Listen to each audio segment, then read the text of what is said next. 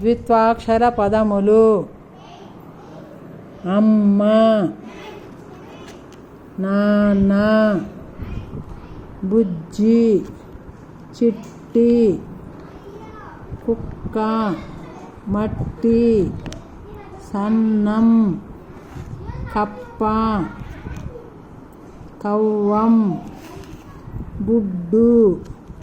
లడ్డు, ఇల్లు, ఉల్లి,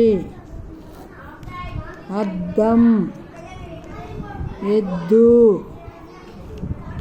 డబ్బా, డప్పు, నక్క, ముక్కు, కన్ను,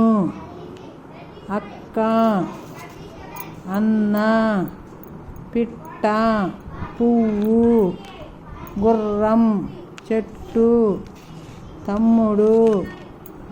అక్క, చెల్లి, అన్న, బస్సు,